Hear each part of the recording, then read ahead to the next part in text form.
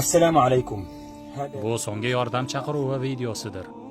Men butun dunyodagi vijdoni tirik barcha mas'ullarga, barcha hukmdorlarga murojaat qilaman. Bugun o'z mas'uliyatingizni ado eting va G'azo sektoridan qutqarib qolish imkoni bo'lgan narsani qutqaring.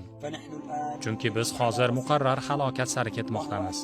G'azo shimolida urush boshlanganidan beri azob ichida jon saqlayotgan 1,5 million insonni majburan ko'chirishmoqda. Bosqinchi G'azo aholisini o'z yerlarida, o'z uylarida qolishini istamaydi. Biz falastinliklar masalasini tugatish loyihasi qarshisidamiz. Dunyo uyg'onishi kerak, arablar uyg'onishi kerak, musulmonlar uyg'onishi kerak.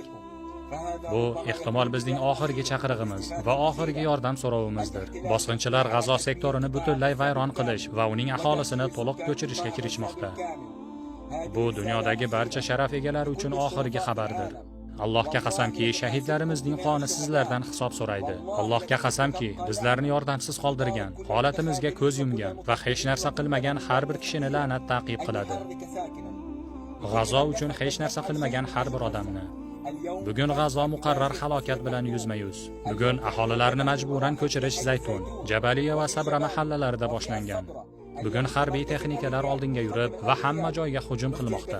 Anas Sharif va Muhammad Qurayqa shahid bo'lganidan beri.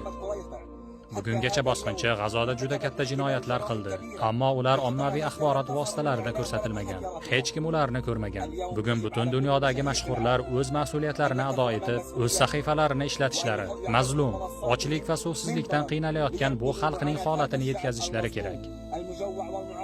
Bugun sizlar o'z mas'uliyatlaringizni ado etishingiz, G'azoni qo'llab-quvvatlashingiz shart. Bu bizning oxirgi chaqirig'imizdir. Balki biz qayta ko'rinarmiz, balki shahid bo'larmiz.